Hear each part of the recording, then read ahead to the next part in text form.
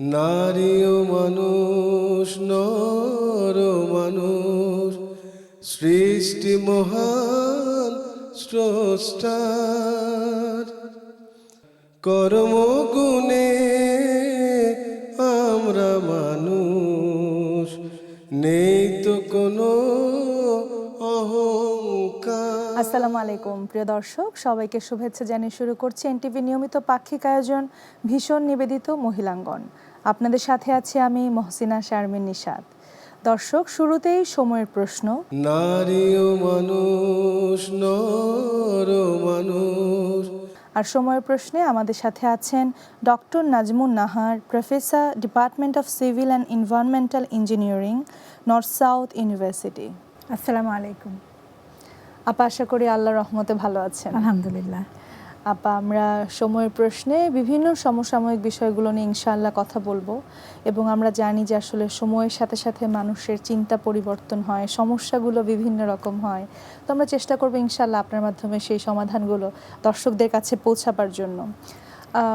আপা, আমরা জানি যে জীবনে অনেক কঠিন সময় আসে, তো এই কঠিন সময়গুলোতে কিভাবে আমরা আসলে ধৈর্য নিয়ে আল্লাহ তাআলার উপর ভরসা করে থাকতে পারি? থ্যাংক ইউ, তুমি খুব ভালো একটা প্রশ্ন করেছো আসলে। হ্যাঁ, আমাদের জীবনে কঠিন মুহূর্তগুলোতে আসলে আল্লাহর উপরে ভরসা করা উচিত, আল্লাহর উপরে তাওয়াক্কুল করা উচিত, যেটা আমরা বলি। এবং আল্লাহ তাআলা যেভাবে পবিত্র কোরআনে বলছেন যে যে ব্যক্তি আল্লাহর উপর ভরসা করে আল্লাহই তার জন্য যথেষ্ট।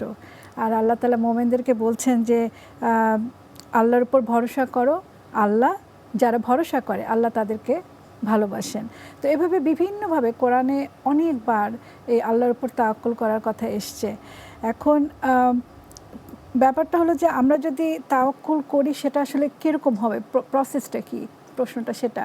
প্রসেসটা হলো যে তাওয়াক্কুলটা আল্লাহর উপর ভরসা করার প্রথম কাজটা হচ্ছে পরিপূর্ণ বিশ্বাস যে আল্লাহ তাআলা আমার জন্য একটা বেটার প্ল্যান রেখেছেন। এই বিশ্বাসটা আমার মধ্যে থাকতে হবে যখন আমি তাওয়াক্কুল করব তার উপরে। দ্বিতীয় কাজটি হচ্ছে তাওয়াক্কুলের করছি তার মানে এই না যে আমি কোনো কাজ করব না। আমার যা ক্ষমতা আছে, আমার যে রিসোর্সেস আছে, সেটা ব্যবহার করে আমার চেষ্টা কিন্তু আমাকে চালিয়ে যেতে হবে, রাইট? 3 নাম্বার সবচেয়ে জরুরি, সেটা হলো যে আমাকে এখন ধৈর্য ধারণ করতে হবে এবং সন্তুষ্ট হতে হবে। কিসের ধৈর্য ধারণ?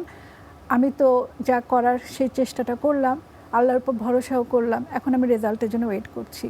এখানে একটা ধৈর্যের ব্যাপার আছে। এমন তো নয় যে আমি তাওয়াক্কুল করার সাথে সাথেই রেজাল্টটা পেয়ে যাব। আল্লাহ ভালো জানেন কখন তিনি আমাকে কী রেজাল্টটা দিবেন। আর দ্বিতীয়ত যেটা সন্তুষ্টির ব্যাপারটা, যেটাই আউটকাম আসুক না কেন তাওয়াক্কুলের, সে আউটকামটাতে যেন আমি সন্তুষ্ট হই। কারণ এমনও হতে পারে যেটা আমি চেয়েছি সেটা হচ্ছে না, রাইট? হয়তো বা কেউ আর্থিক অনটনে পড়লেন, তিনি চাচ্ছেন যে তার সমাধানটা এখনই হয়ে যাক, কিন্তু সেটা হচ্ছে না। আল্লাহ তার বেটার প্ল্যান আছে, উনি কখন আমাকে কোন রেজাল্টটা দিবেন। এই যে আমি যে সন্তুষ্ট হব, এটা তাওয়াক্কুলের একটা বিগ পার্ট অফ ইট। তো কাজেই আমি যদি তাওয়াক্কুল করতে পারি, তাহলে আল্লাহর উপরে যদি পূর্ণভাবে বিশ্বাসটা দিতে পারি, তাহলে কিন্তু আমি অনেক রকমের দুশ্চিন্তা থেকে একটা মানসিক প্রশান্তি লাভ করতে পারি, দুশ্চিন্তা থেকে মুক্ত হয়ে মানসিক প্রশান্তি পেতে পারি। 1 নাম্বার। 2 নাম্বার হচ্ছে যে আমি আল্লাহ তাআলা আমাকে এই তাওয়াক্কুল অর্জনের মধ্য দিয়ে কিন্তু আমাকে একটা কঠিন জায়গা থেকে আসলে উত্তরণের পথ তিনি আমাকে দেখাবেন। কেন? কারণ আল্লাহ তাআলা বলছেন যে আল্লাহকে ভয় করে এবং তাকওয়া অবলম্বন করে, আল্লাহ তার জন্য সংকটের মধ্য থেকে বের হওয়ার কোনো না কোনো পথ তৈরি করে দেন এবং তাকে এমন উৎস থেকে রিজিক দান করেন যা সে কল্পনাও করতে পারেনি। এটা আল্লাহ তাআলা সূরা তালাকে বলছেন। তাহলে আল্লাহ তাআলা আমাকে প্রমিস করছেন যে তিনি আমাকে উত্তরণ ঘটাবেন। তাহলে এটা আমার বিশ্বাসকে আরও দৃঢ় করবে যখন আমি পবিত্র কোরআন পড়বো এবং এটা জানবো। এবং এই যে রেজাকের যে বিষয়টা এসছে, এটা নিয়েও তো আমাদের কত রকমের চিন্তা থাকে, তাই না? যে ভবিষ্যতে কি হবে, আমার ছেলে পেলেকে ঠিকমতো মানুষ করতে পারবো কি না, অথবা আমরা অনেক সময় অনেক ক্রাইসিসের মধ্যে পড়ে যাই, ফাইন্যান্সিয়াল ক্রাইসিসে। তো আল্লাহ তাআলা আমাদেরকে কিন্তু তার উপর ভরসা করে থাকতে বলছেন। আরেকটি হাদিস আছে যে তোমরা যদি আল্লাহর উপরে সঠিক এবং যথাযথভাবে ভরসা করতে পারো, তবে তিনি তোমাদের ঠিক সেইভাবে রেজেক দান করবেন যেভাবে তিনি পাখিদেরকে রেজেক দেন। পাখিরা কী করে? তারা সকালে খালি পেটে বেরিয়ে যায়, সন্ধ্যায় পেট ভর্তি করে ফেরত আসে। কত সুন্দর একটা রূপক দিয়ে উদাহরণ দিয়ে তিনি আমাদেরকে দেখাচ্ছেন। তো ব্যাপারটা এটাই যে আসলে আমরা যদি মোমেন হতে চাই, প্রকৃত ইমানদার হতে চাই, তাহলে আসলে আমাদেরকে তাওয়াক্কুল করতে শিখতে হবে, তাওয়াক্কুল করতে পারতে হবে। এবং আমি মনে করি যে it is a matter of practice.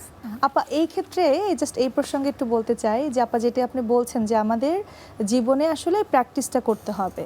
তো আমাদের এই লাইফকে যদি আপা আমরা প্রভাবিত করতে চাই এবং সম্পূর্ণ আল্লাহ তাআলার উপর তাওয়াক্কুল হতে চাই, সেই জায়গা থেকে কিভাবে মৃত্যু চিন্তা আমাদেরকে আসলে প্রভাবিত করতে পারে? মৃত্যু তো একটা অনিবার্য সত্য, রাইট? এটা থেকে স্কেপ কেউ করতে পারবে না। জি।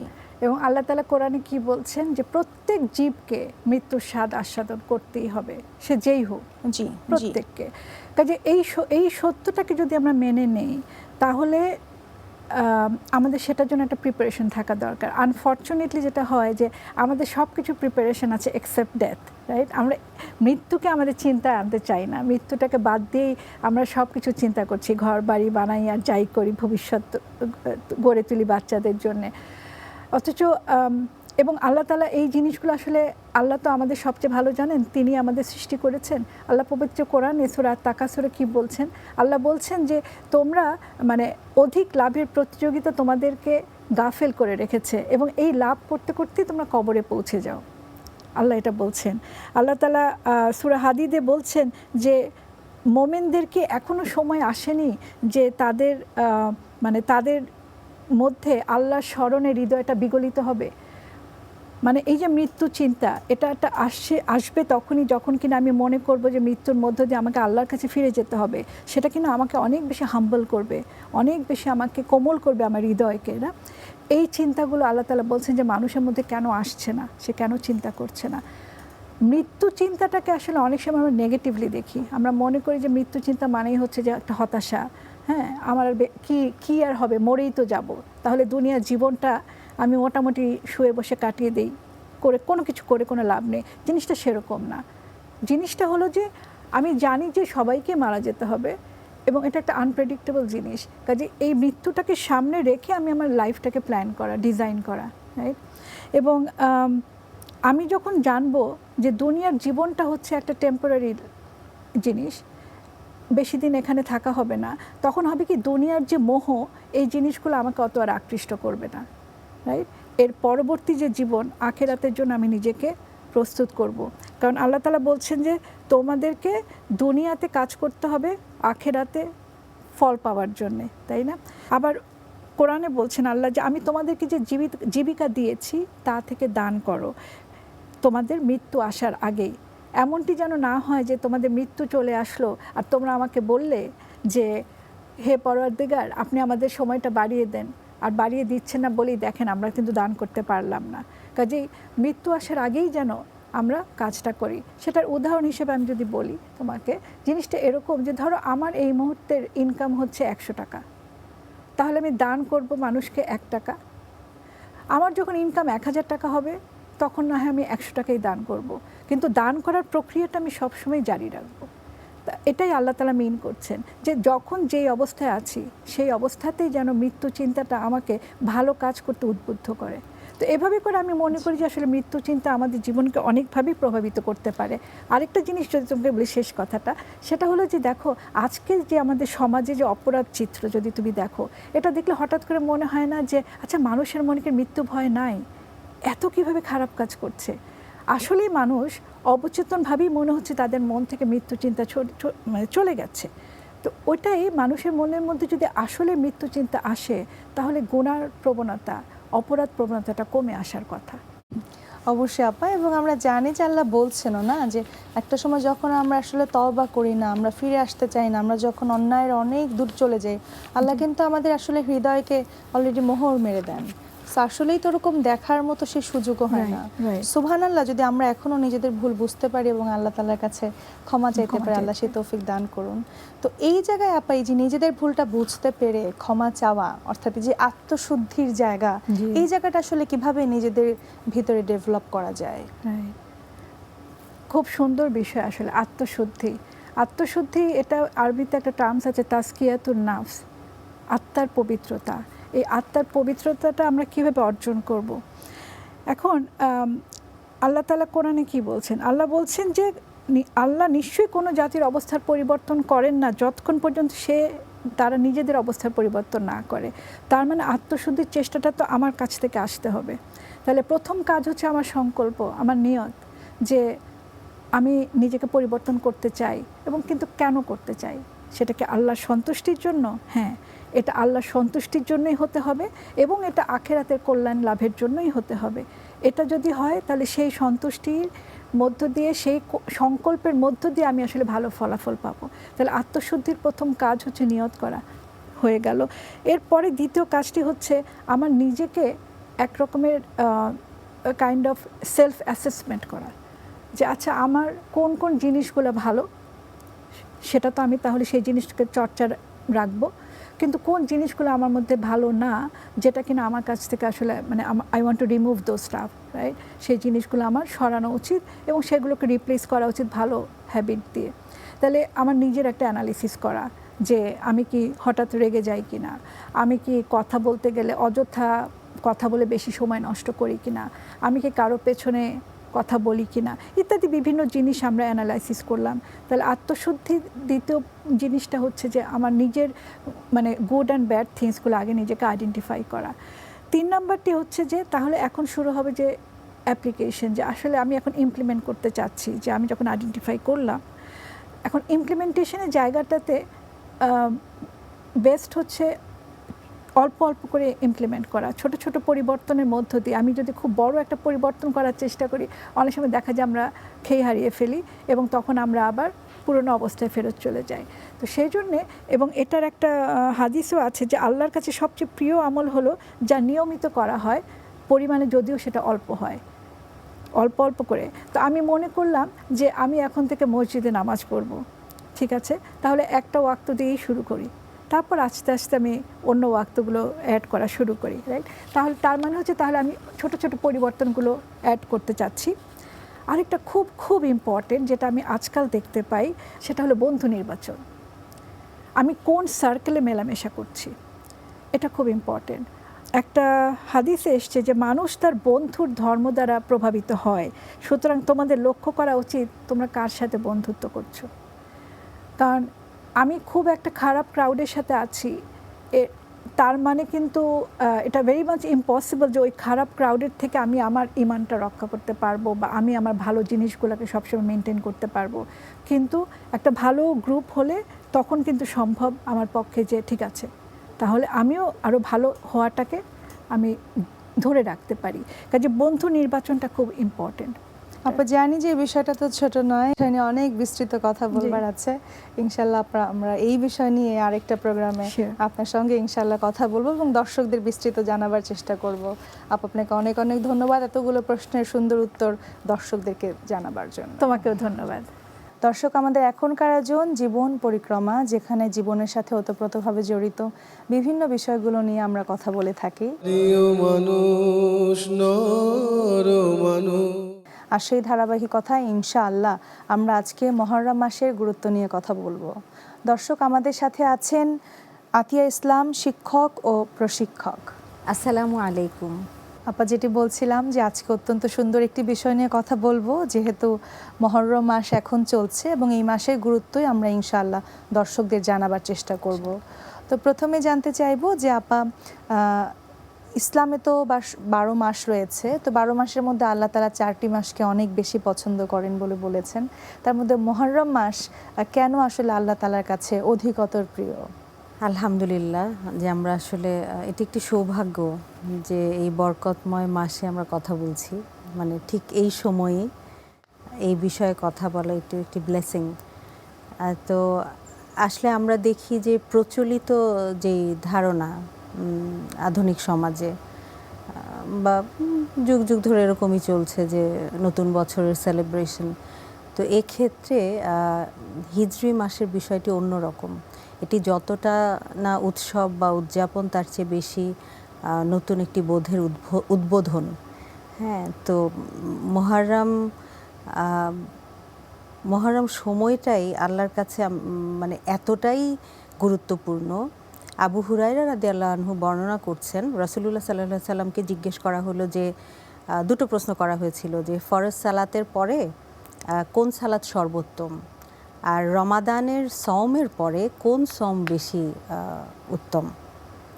তো রাসূলুল্লাহ সাল্লাল্লাহু আলাইহি সাল্লাম উত্তর দিলেন যে ফজর সালাতের পর সর্বোত্তম সালাত হচ্ছে রাতের গভীরে আদায়কৃত যেই সালাত আল্লাহর সাথে মুখোমুখি হয়ে, আমরা তো জানি তাহাজ্জুদ, কিয়ামুল লাইল।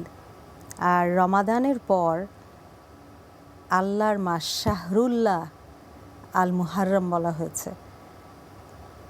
মানে রাসূলুল্লাহ সাল্লাল্লাহু আলাইহি সাল্লামকে সাহাবীরা রমাদানের পর আর কোনো সময় এত গুরুত্বের সাথে মর্যাদা দিতে দেখেননি।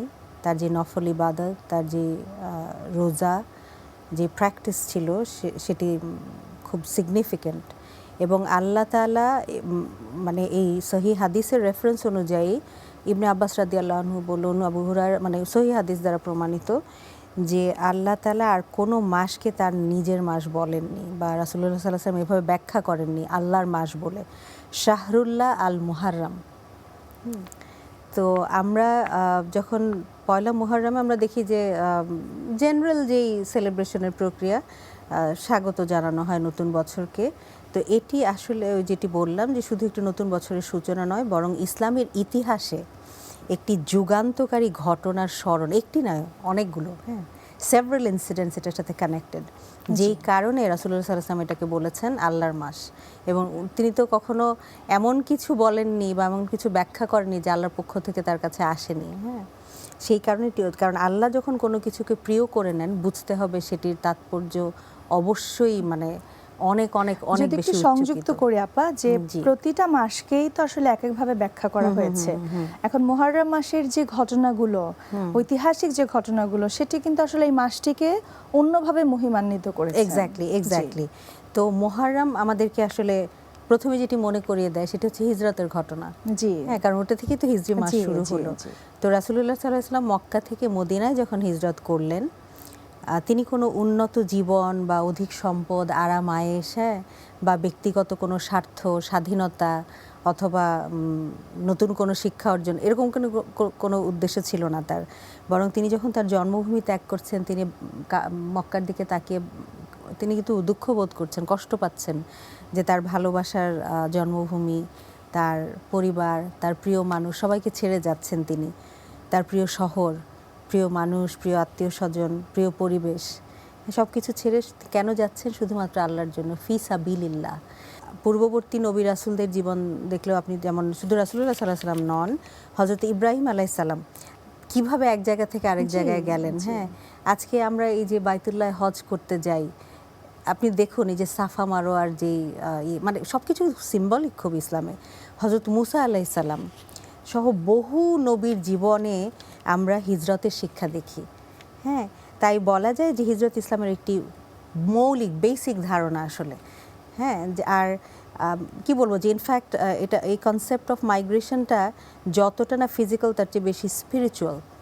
হ্যাঁ, এবং সেটি কিভাবে এই যে ট্রান্সফার এবং ট্রান্সফরমেশন, যে কালবের যেটি বললাম যে উদ্বোধন, রূহকে প্রতি বছর নতুন করে উজ্জীবিত করা, অথবা প্রতিটি সময়ের সাথে প্রতিটি দিন একজন মুমিনের জীবনের আসলে প্র্যাকটিসটা এরকম হতে হবে যে আল্লাহর, মানে আমরা বলি না ইন্না লিল্লাহি ওয়া ইন্না ইলাইহি রাজিউন, আমরা তার কাছ থেকে এসেছি, আমাদের জীবন তার জন্য, তার কাছে ফিরে যাব।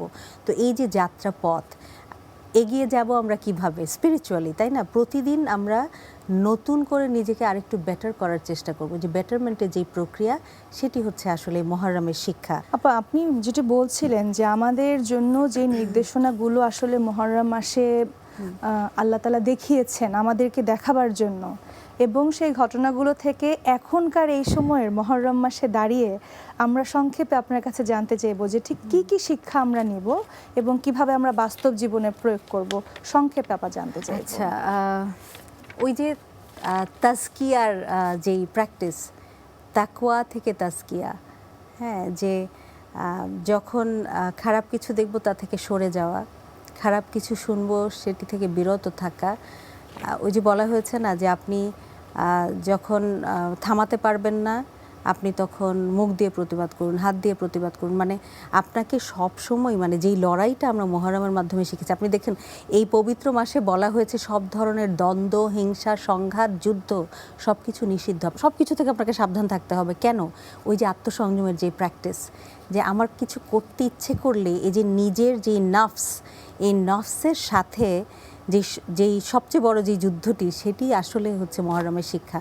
আপু, আপনার এই মেসেজটি নিয়ে, আপনার যে মেসেজটি নিজের নফসের সাথে যুদ্ধ করা, নিজেকে কন্ট্রোল করা এবং সেই যুদ্ধে শুধুমাত্র আল্লাহ তাআলার সন্তুষ্টির জন্য এবং সেই আমাদের স্থায়ী যে বসবাস পরকালে জান্নাত পাবার উদ্দেশ্যে, এই মেসেজটি আসলে সবাইকে দিয়ে আপা আজকের মতো আমরা এখানে শেষ করতে চাই। আপনাকে অনেক অনেক ধন্যবাদ এত সুন্দর করে, এত খুব গুরুত্বপূর্ণ এই মাসের জন্য একটি বিষয় নিয়ে সকলকে জানাবার জন্য। প্রিয় দর্শক, আপনারা দেখছেন ভীষণ নিবেদিত মহিলাঙ্গন। আমরা একেবারেই শেষ পর্যায়ে চলে এসেছি। আপনারা পৃথিবীর যে কোনো প্রান্ত থেকে মহিলাঙ্গন দেখতে চাইলে ভিজিট করতে পারেন এনটিভির ওয়েবসাইটে www.ntvbd.com। এছাড়াও আপনারা ভিজিট করতে পারেন এনটিভির ভেরিফাইড ফেসবুক পেজ এবং ইউটিউব চ্যানেলটিও। প্রিয় দর্শক, আপনারা আপনাদের মতামত, পরামর্শ কিংবা অভিমত আমাদেরকে চিঠি লিখেও জানাতে পারেন এই ঠিকানায়। পরিচালক মহিলাঙ্গন, এনটিভি, বিএসইসি ভবন, 7ম তলা, 102 কাজী নজরুল ইসলাম এভিনিউ, কারওয়ান বাজার, ঢাকা 1215। দর্শক, আজকের মতো বিদায় নিচ্ছি। মহান আল্লাহ তাআলা আমাদের সুন্দর রাখুন, সুস্থ রাখুন এবং এই মাসে বেশি বেশি করে ইবাদত করবার তৌফিক দান করুন। আসসালামু আলাইকুম। নারী ও মানুষ, নর ও মানুষ, সৃষ্টি মহান স্রষ্টার, কর্মগুণে আমরা মানুষ, নেই